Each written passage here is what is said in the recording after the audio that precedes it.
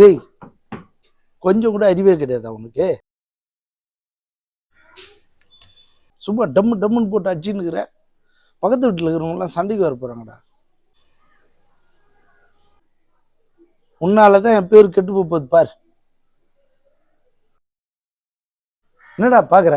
நீங்க தான் நான் பார்க்க சொன்னீங்க, அதான் பாக்குறேன். ஓ யாரோ கூப்பிடுறாங்க பார் கீழே. என்னன்னு போய் கேட்டுன்னு வா. A few moments later.